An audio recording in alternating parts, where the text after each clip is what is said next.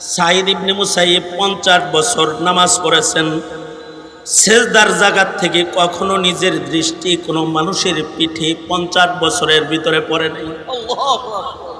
কত বছর করে বলেন? আওয়াজ করে বলেন কত বছর? 50 বছরের ভিতরে চোখের দৃষ্টি সেজদার জায়গা থেকে কখনো মানুষের পিঠে পড়ে নাই। মহান আল্লাহ নারাজ হইব, এর লাগি আল্লাহরে দেখার জন্য সেজদার জায়গায় তাকায় রইছে 50 বছর। 50 বছরের ভেতরে একটা পলক সাঈদ ইবনে মুসাইয়্যিব হটায় নাই। 40 বছরের ভেতরে নামাজের তাকবীরে উলা ছাড়ে নাই। শুধু তাকবীরে উলা নয়, 40 বছর পর্যন্ত সাঈদ ইবনে মুসাইয়্যিব বলে 40 বছর মানুষের ভিড়ে আজান শুনি নাই। 40 বছর আমি আজান শুনেছি আল্লাহর ঘরের ভিতরে বইসা। আল্লাহু আকবার বলেন। তার মানে 40 বছর লাগাতার সাঈদ ইবনে মুসাইয়্যিব মসজিদে আজানের পূর্বে প্রবেশ করেছেন। ওনাকে জিজ্ঞেস করা হয়েছে, আজানের আগে মসজিদে আসেন কেন? সাঈদ ইবনে মুসাইয়্যিব বলে, আজানের আগে জন্য মসজিদে এসে বসে থাকি। ময়দানে মাহশরে মহান আল্লাহ যদি বলে হাইয়া আলাস সালাহ বলে নামাজে তোরে ডাইকা আনা লাগলো কেরে? এই মামলার আসামি হয়ে আল্লাহর আদালতে আমার দাঁড়ানোর সাহস নেই। 40 বছর এমনকি মদিনাতুল মুনাওয়ারাতে ইয়াজিদি বাহিনী ক্ষমতার জন্য যখন হামলা করলো, ক্ষমতা লিপ্স যারা হয় তারা সাহাবীদের উপরে অত্যাচার করেছে। এই কারণেই হাসিনা ক্ষমতা লিপ্স আলেমের উপরে অত্যাচার করতে পেরেছে। এই কারণে মাশায়েখের মাথায় আঘাত করতে পেরেছে, শাইখে চরমনাইকে আঘাত করতে পেরেছে, এদেশের শাইখুল হাদিস ধরে ধরে জেলখানায় তালাবদ্ধ করতে পেরেছে। ইয়াজিদি বাহিনী মদিনায় আক্রমণ করেছে, মসজিদের আজান বন্ধ করেছে। সেই সিদ্দিকীনের যুগে 3 দিন মসজিদে নববীতে আজান হয় নাই। কয়দিন? 3 দিন মসজিদে নববীতে আজান হয় নাই। সাঈদ ইবনে মুসাইয়্যিব বলে, কেউ মসজিদে তখন ছিল না, আমি ছিলাম। আমাকে ধরতে আসলে আমি পাগলের অভিনয় করতাম, ওরা চলে যেত। আমি মসজিদে এজন্য থাকতাম যে নামাজের ওয়াক্তে যদি নবীর মসজিদে কেউ সেজদা না দেয়, আল্লাহর আদালতে জবাবটা দিব কি? এ কারণে আমি এই 3 দিন মসজিদে থাকতাম, আর আমি একা একা মসজিদের সেজদার হক আদায় করতাম। এর চাইতে আশ্চর্য কথা হলো, এর চাইতে আজব কথা হলো, আশ্চর্যজনক বিষয় হলো, 3 দিন মসজিদে নবীর মিনারায় আজান নাই।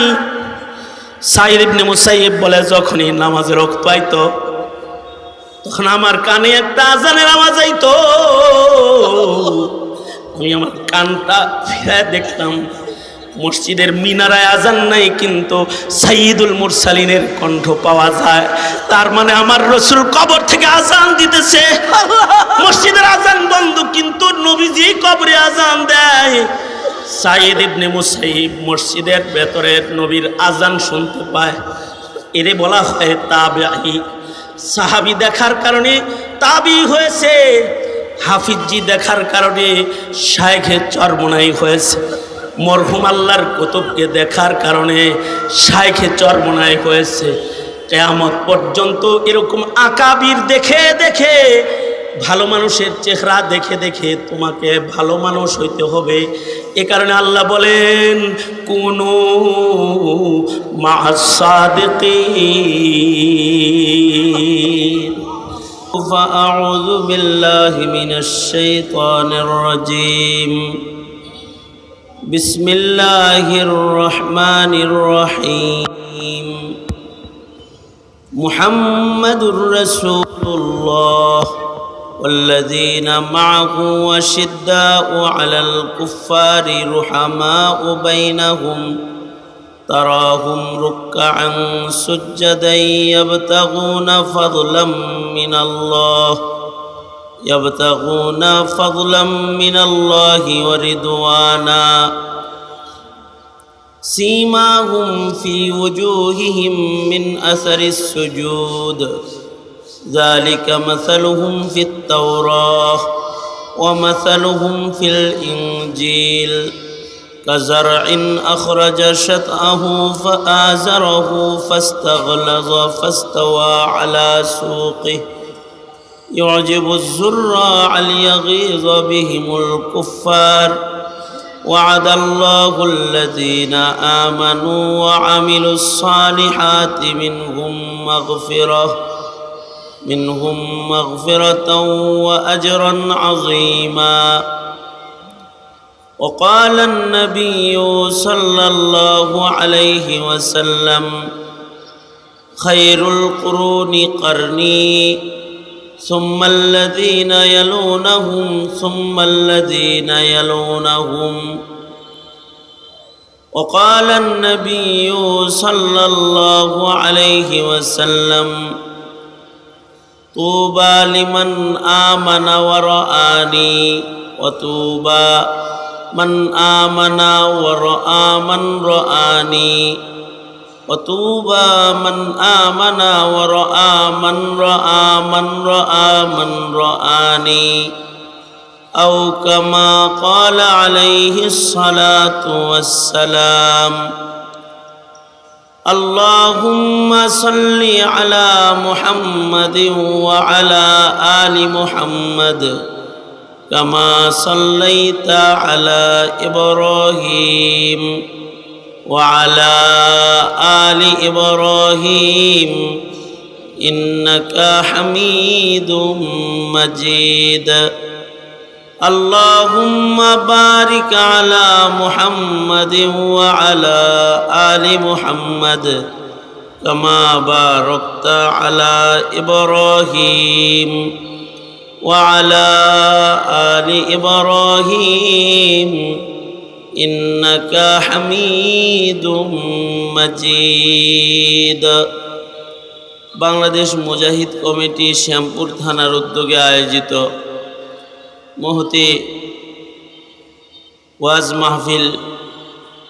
মাহফিলের মোহতারাম সাদার, মোহতারাম সভাপতি, উপস্থিত হাজরাত, বুজুর্গ, উলামায়ে কেরাম, সম্মুখমানে সমবেত দিন প্রিয়, ইসলাম প্রিয়, দিনদার ইমানদার মুমিন মুসলমান ভাইয়েরা, পর্দার আড়াল থেকে আলোচনায় শামিল মা বোনেরা, বিশ্বজগতের মালিক, বিশ্ব প্রতিপালকের বিশ্ব দরবারে কালিমাতুশ শুকর যে মহান রব্বুল আলামিন দয়া করে, মায়া করে, ভালোবেসে রহমতি বরকতি জান্নাতের টুকরা বাগানে উম্মতের উলামায়ে দ্বীনদের সোহবতে, জিকিরের মাহফিলে, তওবার মজলিসে আল্লাহ তাআলা আসার বসার তৌফিক দান করেছেন। কালিমাতুশ শুকর পড়ি, শুকরিয়া আদায় করি, জবান খুলে মুহাব্বতে বলি আলহামদুলিল্লাহ। মাহফিলের মধ্যমণি শাইখে চরমনাই, নায়েবে আমিরুল মুজাহিদিন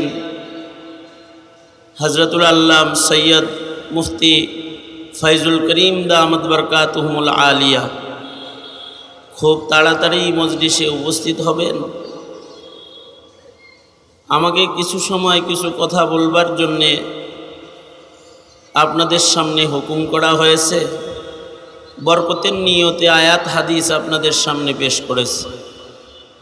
এইগুলোকে সামনে করে খুব সংক্ষেপে কিছু কথা আপনাদের কানে পৌঁছে দেওয়ার এরাদা, আল্লাহ তাআলা কিছু উপকারী কথা আপনাদের কানে পৌঁছাইবার তৌফিক দান করেন। আপনারা দোয়া করুন, বলুন আমিন।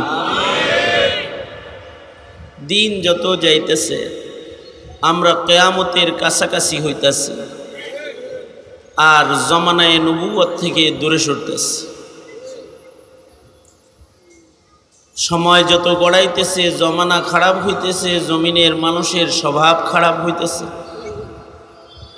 জমিনে গুনাহগারের সংখ্যা বাড়তেছে, নেককার মানুষ কমতেছে।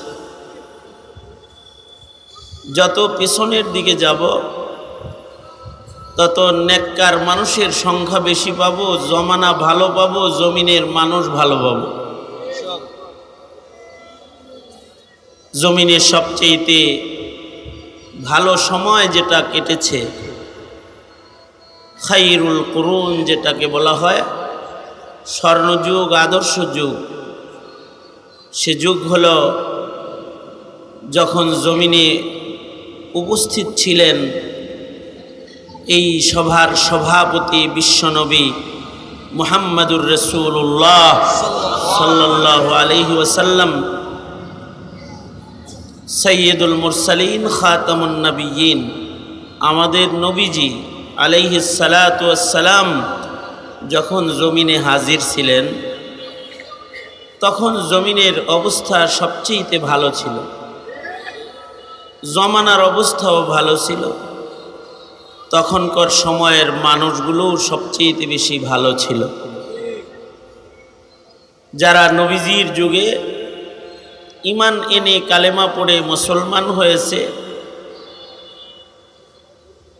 তারা শ্রেষ্ঠ মানুষ নবীদের পরে। সবচেয়ে দামি মানুষ হলো নবীগণ, নবীদের পরেই যারা শ্রেষ্ঠ তারা সিদ্দিক, আর সিদ্দিকদের সর্দার সিদ্দিক হলো যারা ঈমানের সাথে মুহাম্মাদুর রাসূলুল্লাহ সাল্লাল্লাহু আলাইহি ওয়াসাল্লামের জিয়ারত করেছে এবং নবীজির জমানা পাইছে। এরা সবচেয়ে দামি সিদ্দিক, দামি মানুষ। আল্লাহর রাসূল বলেন, খায়রুল কুরুনি কারনি সুম্মাল্লাযীনা ইয়ালুনাহুম সুম্মাল্লাযীনা ইয়ালুনাহুম। আল্লাহর রাসূল বলেন, সবচেয়ে উত্তম যুগ হলো আমার যুগ, আর আমার যুগের পরে সবচেয়ে ভালো যুগ হলো আমার সাহাবায়ে কেরামের পরের যুগ, অর্থাৎ তাবেঈনদের যুগ। এরপরেই সবচেয়ে ভালো যুগ হলো তাবেঈনদের যুগ। তাবেঈন, সাহাবায়ে কেরাম, তাবেঈন, তাবেঈন, এই তিনটি স্তরে যে জমানাটা অতিক্রম করেছে, ওই জমানাটা হলো জমানায়ে সিদ্দিকিন, সিদ্দিকদের জমানা। ওই সময়ে দুষ্ট মানুষ কম ছিল, আর ১৫০০ বছর পরে এখন দুষ্টের সংখ্যা বেড়ে গেছে। এখন সিদ্দিকদের জমানা না, জালেমের জমানা, জুলমের জমানা, চোরের জমানা, ডাকাতদের জমানা। এখন নগ্ন বেহায়া নারীদের, দায়ুসদের জমানা চলে এসেছে। এই কারণে কেউ যদি নেককার হয় তাকে গালি দেওয়া হয়, আর বদকারকে বাহবা দেওয়া হয়। জমানাটা ভালো মানুষের জমানা না। এইভাবেই জমানা সামনের দিকে আগাইতে থাকবে, আর এক সময় জমিনের মানুষ এত খারাপ হবে যে একজনও থাকবে না যে জমিনে বসে বলবে আল্লাহ আল্লাহ আল্লাহ আল্লাহ। সেদিন আল্লাহ পাক বলবে, এই সভা সজ্জিত রাখার দরকার নাই, ইসরাফিল বাঁশি বাজায়া দাও, ধ্বংস করে দাও। দিন যত যাবে সামনে, তত দুষ্টের সংখ্যা বাড়বে। 5ই আগস্টের পরে মনে মনে কল্পনা করেছিলেন যে আওয়ামী দুষ্ট শাসন থেকে রেহাই পেয়েছেন, জমানাটা বুঝি ভালো পাইছেন। কিন্তু এখন দেখতেছেন যে যে সরিষা দিয়া ভূত তাড়াইছেন, ওই সরিষার ভেতরে বড় বড় ভূত বসা আছে, যা হাসিনার চাইতে খারাপ না, হাসিনার চাইতে কম দুষ্ট না। দিন যাইতেছে, জমানা খারাপ হইতেছে। এই জন্য আল্লাহর রাসূল বলেন, তুবা মান আমানা ওয়া রাআনি, অতুবা মান আমানা ওয়ালাম রাআনি, অতুবা মান আমানা মান রাআ মান রাআনি, অতুবা মান আমানা মান রাআ মান রাআ মান রাআনি। কিছু মানুষ যারা ভালো মানুষদেরকে দেখে ফেলেছে তারা ভালো। জমিনের সবচেয়ে ভালো মানুষ হলেন মুহাম্মাদুর রাসূলুল্লাহ সাল্লাল্লাহু আলাইহি ওয়াসাল্লাম। আমাদের নবীজির চাইতে ভালো আর কেউ আছে?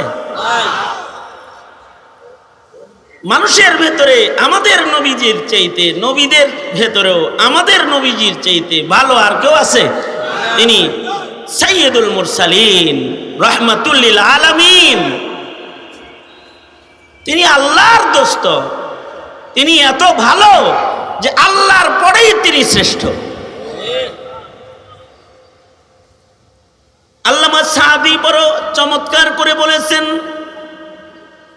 লা ইউমকিনুস সানাউ কামা কানা হাক্কুহু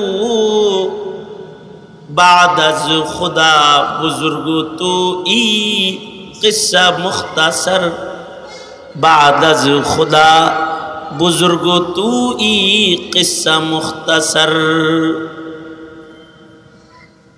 তুমি তো তোমার গুণগান, তোমার বরত্ব, তোমার ভালাই, তোমার সৌন্দর্য, তোমার শ্রেষ্ঠত্ব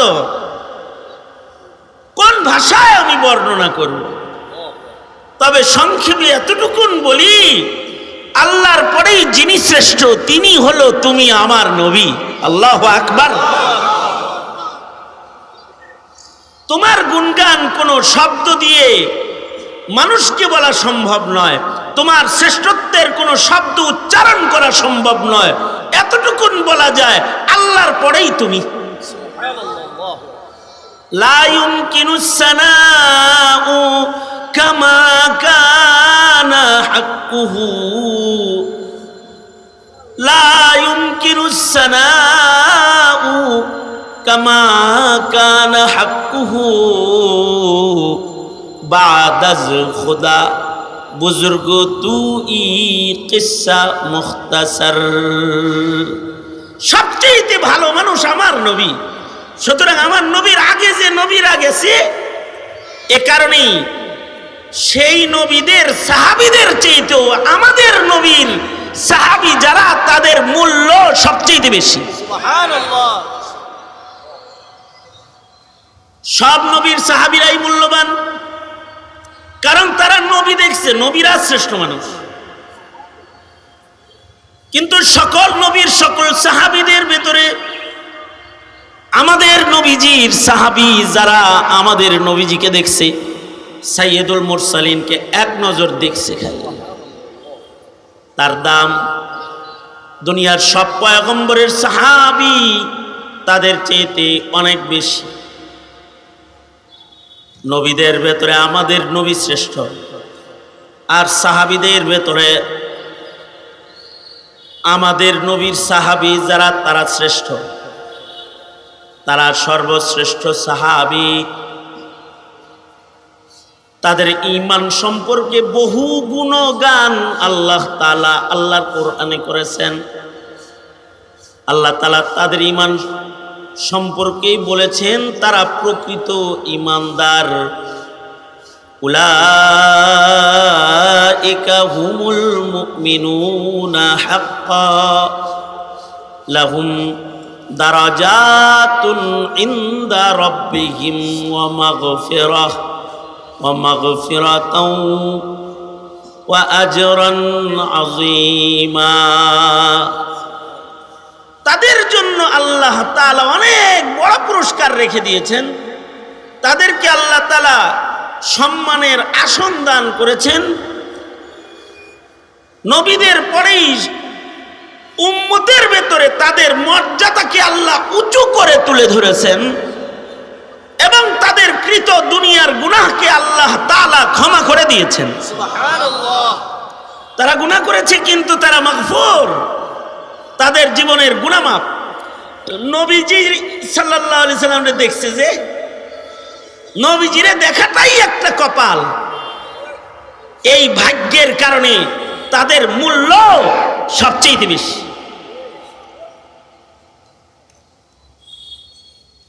নবী আলাইহিস সালাতু ওয়াস সালামের সাহাবীদের মূল্য বেশি বিদায়ী কিয়ামত পর্যন্ত যত মানুষ দুনিয়াতে আসবে এরা কেউ ডিজিটাল যুগের ডিজিটালদেরকে দেখে দেখে ঈমান গঠন করবে না। আমিনু কামা আমানান নাস, তারা ঈমানের মাপকাঠি। আল্লাহ তাআলা বলেন তোমরা ঈমান আনলে সাহাবীদের মতন ঈমানদার হও, তাদের মতো ঈমানদার হও। তাদের মতো ঈমানদার যদি হতে পারো তাইলে তোমরাও মাগফিরাত পেয়ে যাইবা। তাদের মতো ঈমানদার যদি তোমরা হতে পারো তো তোমাদের মর্যাদাও বেড়ে যাবে।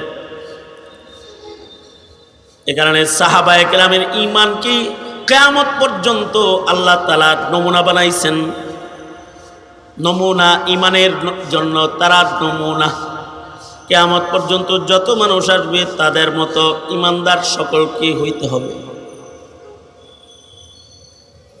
কারণ তারা রাসূল দেখার কারণে তাদের ঈমান সবচেয়ে শক্ত, তাদের চোখ সবচেয়ে ভালো। নবীদের পরে যাদের চোখ সবচেয়ে ভালো সাহাবীদের চোখ, নবীদের পরে যাদের কান সবচেয়ে ভালো সাহাবীদের কান, নবীদের পরে সবচেয়ে যাদের নাক ভালো সাহাবীদের নাক, নবীদের পরে যাদের হাত সবচেয়ে ভালো তাদের হাত সাহাবায়ে কেরামের হাত।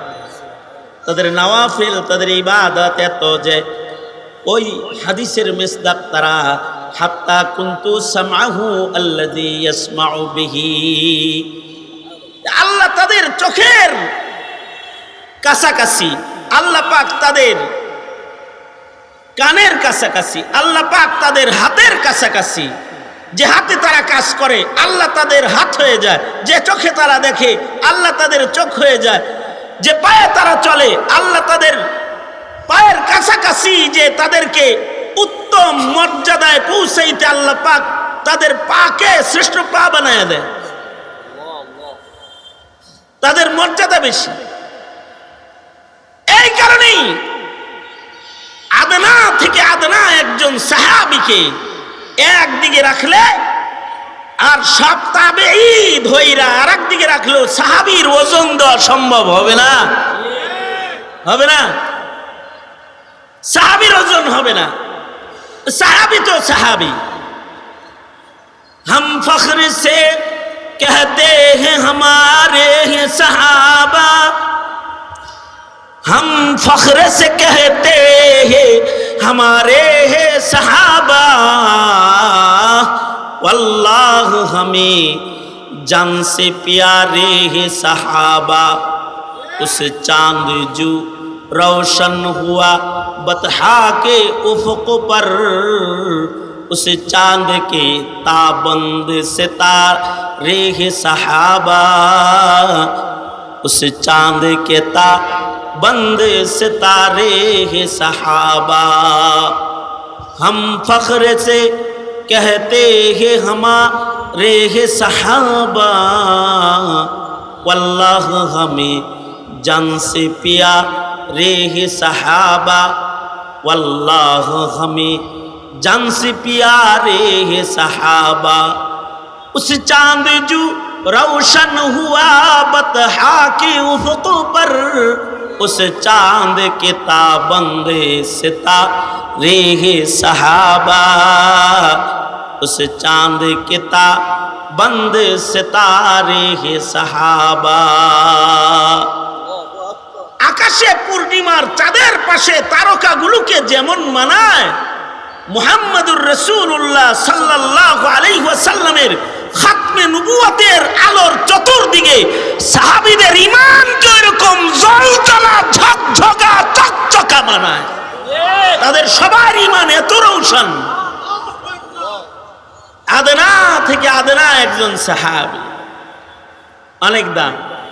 এই কারণে আল্লাহর রাসূল বলেন আল্লাহ আল্লাহ ফি আসহাবি, সাবধান আমার সাহাবীদের পিছনে পড়ো না, সাহাবীদের সমালোচনা করো না,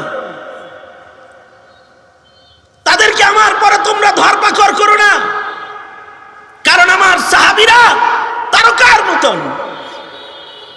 নবীজি বলেন আমার সাহাবীরা খালি তারকার মতন না, আমার পরে কেউ নবী হইলে আমার সাহাবীর ভিতর থেকে নবী হইত। নবীজি স্পষ্ট করে বলে গেছেন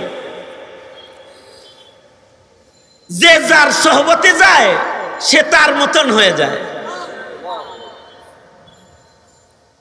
কুতুবের সোহবতে কুতুব হয়ে যায়, ওলির সোহবতে ওলি হয়ে যায়, সাহাবীর সোহবতে সিদ্দিক হয়ে যায়, নবীর সোহবতে সিদ্দিক হয়ে যায়। চোরের কাছে থাকলে চোর হয়ে যায়, আর নাস্তিকদের বেষ্টনীর ভেতরে থাকলে মুমিনটাও নাস্তিক হয়ে যায়। যেমন হাসিনা নাস্তিক বেষ্টিত থেকে নাস্তিক হয়ে গেছে। চোরের বেষ্টনীতে থাকলে চোর হয়ে যায়, ডাকাতের সান্নিধ্যে ডাকাত হয়ে যায়। পশ্চিমাদের কাছে জীবনযাপন করলে স্বভাব চরিত্র পশ্চিমার মতন হয়ে যায়, মুসলমানের নার্ভ বুঝার যোগ্যতা থাকে না। যেমন ডক্টর ইউনূস নার্ভ বুঝে না, পশ্চিমাদের সাথে চলতে চলতে এখনো পর্যন্ত নারী কমিশনকে আইনের আওতায় আনতে পারল না। যে যার সাথে চলে তার মতন হয়ে যায়। এ কারণে নবীর সান্নিধ্য যারা পেয়েছে তারা যুগে যুগের নবী হইছে। যেমন হযরত মরিয়মের বাবা হযরত ইমরান আলাইহিস সালাতু ওয়াস সালাম, হযরত ইমরানের কোনো ছেলে নাই। এমনি আল্লাহ পাকের নিজাম হলো নবীর ঘরে নবী, নবীর ঘরে নবী, নবীর ছেলে নবী। এমনই পাওয়া যায় বাবা আদমের ছেলে নবী, আবার শীষ আলাইহিস সালামের ছেলে নবী, দাউদ আলাইহিস সালামের ছেলে নবী, ইব্রাহিম আলাইহিস সালামের ছেলে নবী, ইয়াকুব আলাইহিস সালামের ছেলে নবী, বাপ নবী ছেলে নবী, বাপ নবী ছেলে নবী। আল্লাহ পাকের নিজাম, কারণ নবীর ঔরসে নবী হয়, নবী দিয়েছেন। কখনো কখনো নবীর সোহবতেও নবী দিয়েছেন। যেমন হযরত ইমরান আলাইহিস সালাতু ওয়াস সালামের ছেলে ছিল না, কিন্তু জমানাটা হলো নবীদের জমানা। এক নবী যাওয়ার সাথে সাথে আর এক নবী আয়া পড়ত, এক নবী যাইতো আর এক নবীর আগমন করত। তো ইমরান আলাইহিস সালাতু ওয়াস সালাম তিনি ইন্তেকাল করলেন। পেটে তখন বাচ্চা, মায় মনে করছে পেটেরটা মনে হয় নবী আইতাছে, এই জন্য কয় আল্লাহ আমার পেটের সন্তান কিন্তু তোমার লেগে মান্নত মানছে। ইন্নী নাযারতু লাকা মা ফি বাতনি, ও আল্লাহ আমার পেটে যেটা আছে এটা তোমার লেগে আমি মানছি। কিন্তু পেটের থেকে হইছে হলো মেয়ে। প্রসব হওয়ার পরে কয় আল্লাহ কি হইলো, অপেক্ষা করতেছিলাম যে নবীর ঘরে নবী আইব, এদিকে তুই বেডি মানুষ পাঠাই দিছ। আল্লাহ তাআলা বলে বেডি পাঠাইলে কি হইব, কিছু মহিলা আছে ছেলের চাইতে ভালো, তোমার একটা ভালো মেয়ে দিছি। ভালো কেমনে, ভালো কেমনে? ভালোর একটা জায়গা হলো একদিকে উনার পেটে হইছে নবী, আর একদিকে উনি শ্রেষ্ঠ নবীর বিবি হবেন, জান্নাতে শ্রেষ্ঠ নবীর সাথে থাকবেন। আল্লাহু আকবার, জোরে বলেন। একদিকে পেট থেকে ঈসা নবীর জন্ম হয়েছে বাপ ছাড়া, আল্লাহর কুদরত, আবার জান্নাতে থাকবেন আমাদের নবীর লগে।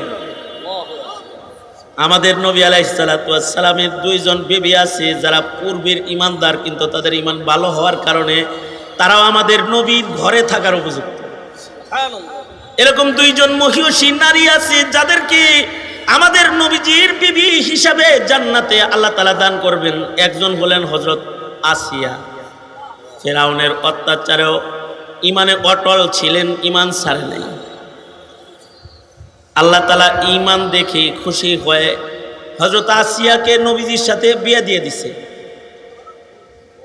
আর একজন হলেন হযরত মারিয়াম, নবীর ঔরসে জন্ম নেওয়া একটা আল্লাহর কুদরতের বহির প্রকাশ এক মহিয়সী নারী।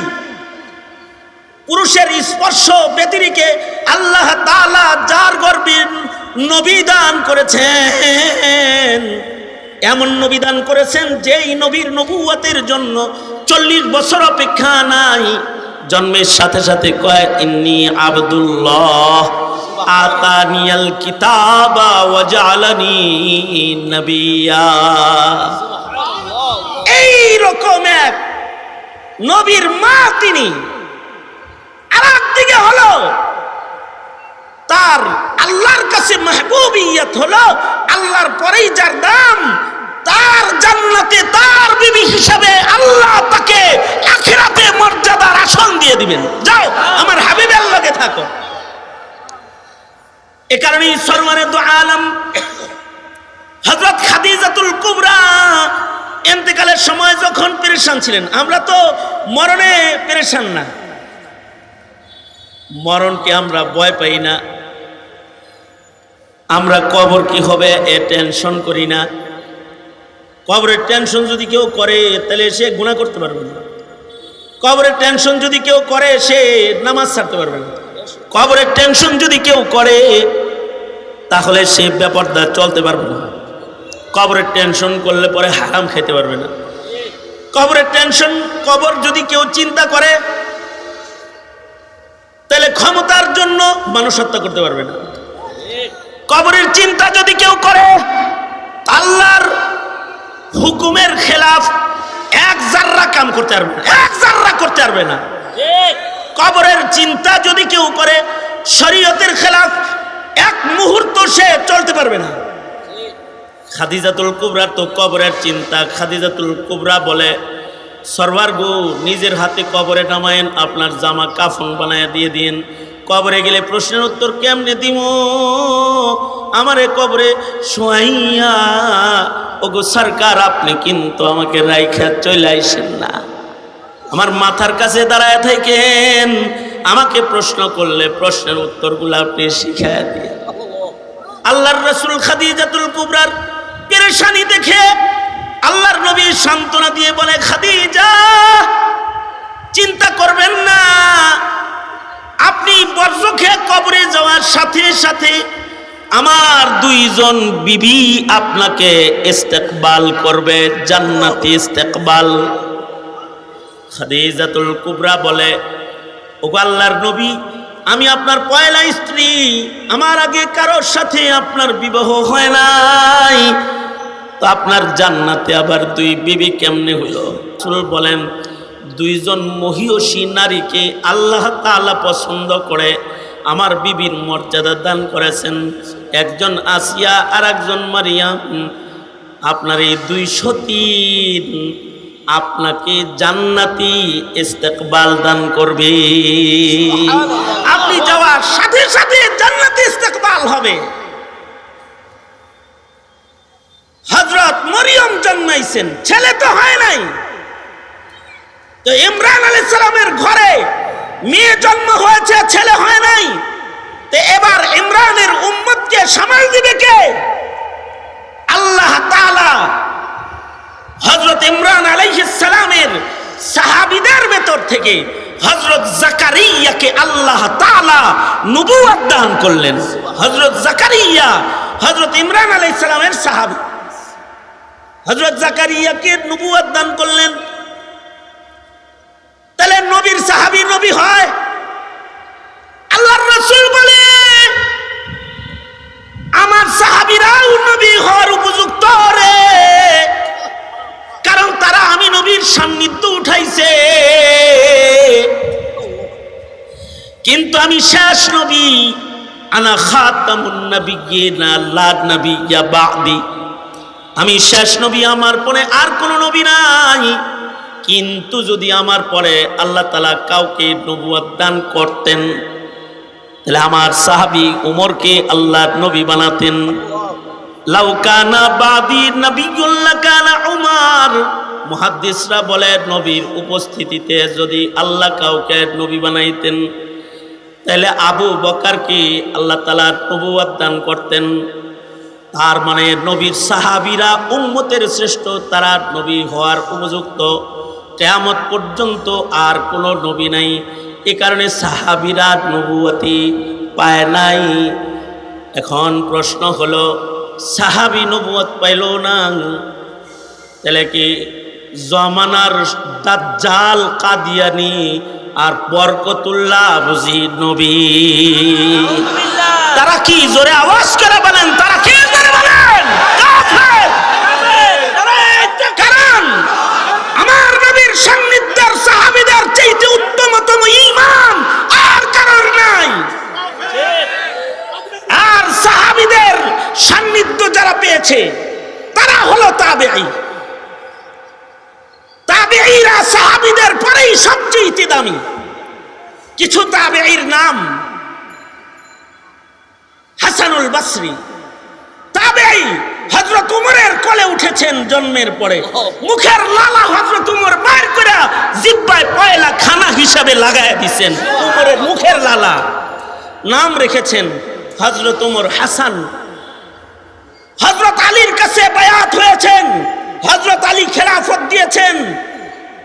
সাহাবায়ে কেরামের পরে সর্বপ্রথম পীর হাসানুল বসরি, শাইখে তরিকত, তরিকতের পয়লা পীর হাসানুল বসরি।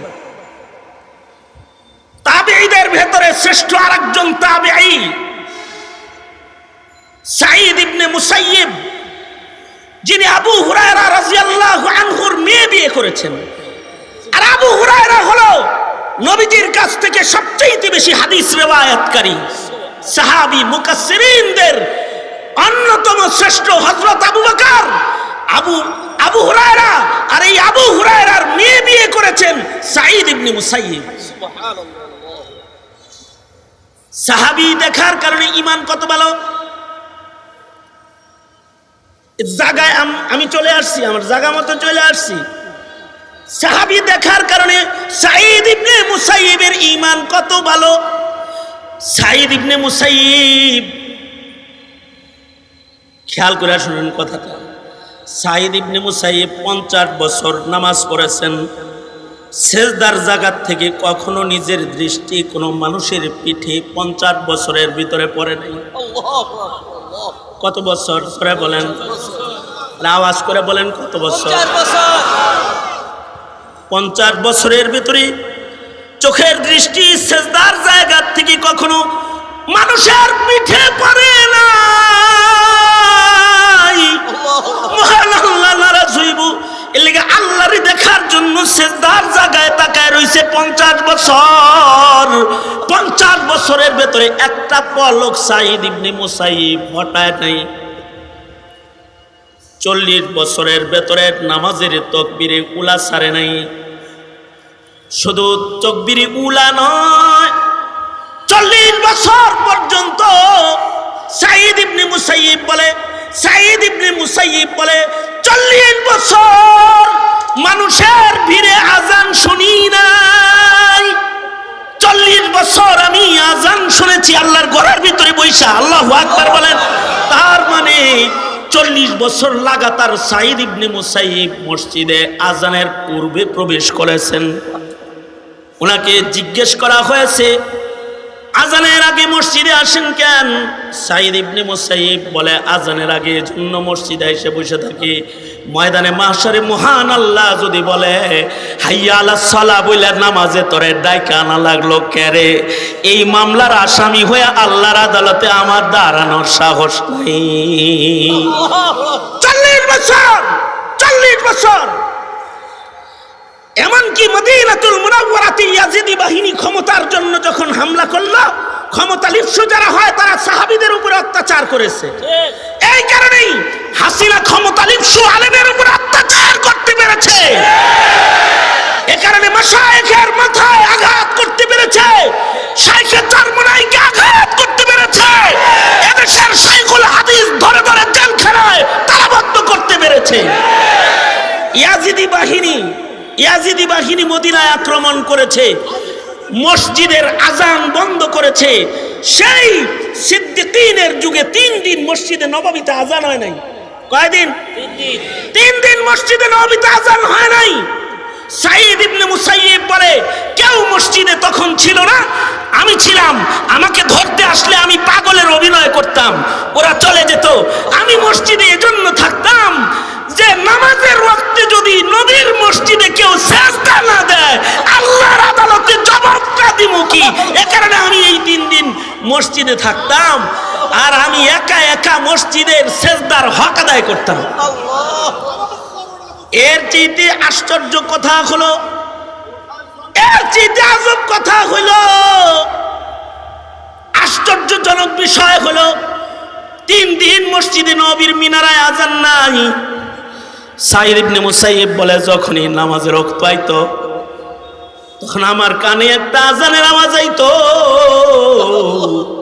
আমি আমার কানটা ফিরায় দেখতাম মসজিদের মিনারায় আজান নাই, কিন্তু সাইয়্যিদুল মুরসালিনের কণ্ঠ পাওয়া যায়। তার মানে আমার রাসূল কবর থেকে আজান দিতেছে। মসজিদের আজান বন্ধ, কিন্তু নবীজি কবরে আজান দেয়। সাঈদ ইবনে মুসাইয়্যিব মসজিদের ভেতরে নবীর আজান শুনতে পায়। এরে বলা হয় তাবেঈ। সাহাবী দেখার কারণে তাবেঈ হয়েছে, হাফিজি দেখার কারণে শায়েখে চরমনাই হয়েছে, মরহুম আল্লাহর কুতুবকে দেখার কারণে শায়েখে চরমনাই হয়েছে।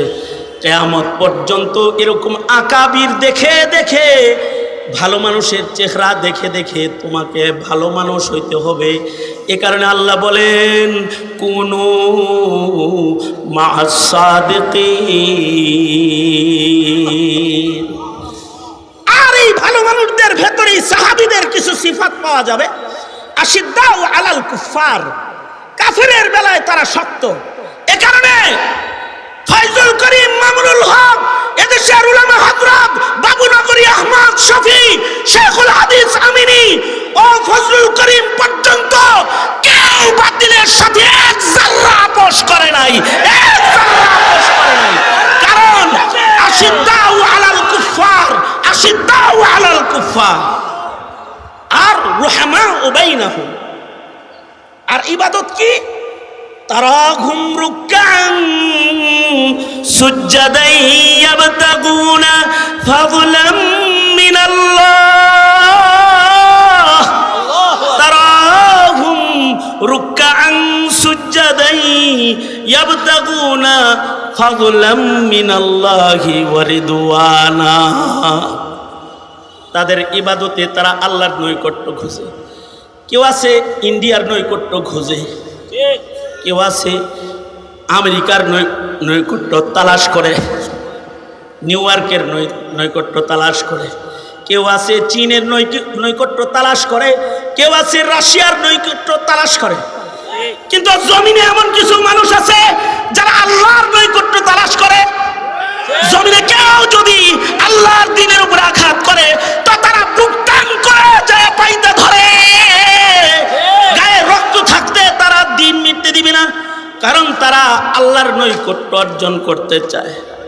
রাতের বেলায় তারা নামাজ পড়ে, দিনের বেলায় তারা রোজা রাখে, কদম কদম নবীর সুন্নত তারা চলে। এত নামাজ পড়ে, ফি উজুহিহিম মিন আসারিস সুজুদ। এগুলো হলো আল্লাহ পাকের পছন্দের গুণ। আর এই গুণগুলো ততক্ষণ পর্যন্ত আসে না যতক্ষণ পর্যন্ত গুণীর সান্নিধ্য গ্রহণ না করা হয়। চোরদের কাছে ঘুইরো, চোর হয়ে যাবা। শাহবাগীদের পিছে পিছে ঘুইরো, শাহবাগী হয়ে যাবা। নাস্তিক ব্লগারদের পিছে পিছে ঘুইরো, শাহবাগী নাস্তিক মুরতাদের খাতায় নাম চলে যাবে। আর উম্মতের মাশায়েখদের পিছে ঘুইরো, অলি হয়ে কবরে চলে যাবে, অলি হয়ে কবরে চলে যাবে। এই বুঝ নিজের যেমন হাসিল করা দরকার, উম্মতকেও এই বুঝ দান করা দরকার।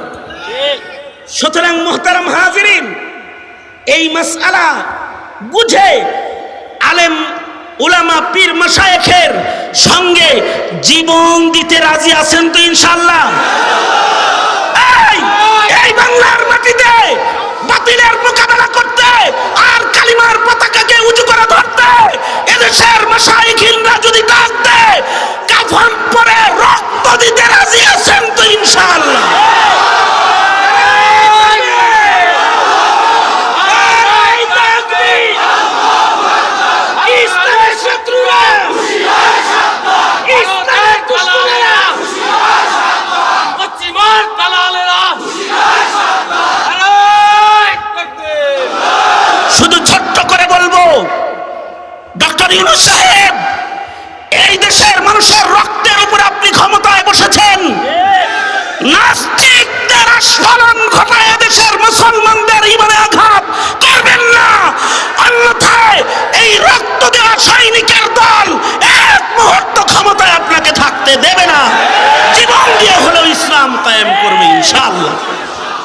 বাস এহি তামান্না।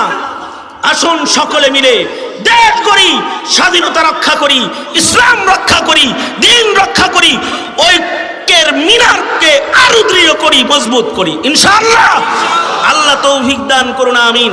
ওয়া আখিরু দাওয়ানা আলহামদুলিল্লাহি রাব্বিল আলামিন। আসসালামু আলাইকুম ওয়া রাহমাতুল্লাহি ওয়া বারাকাতুহু।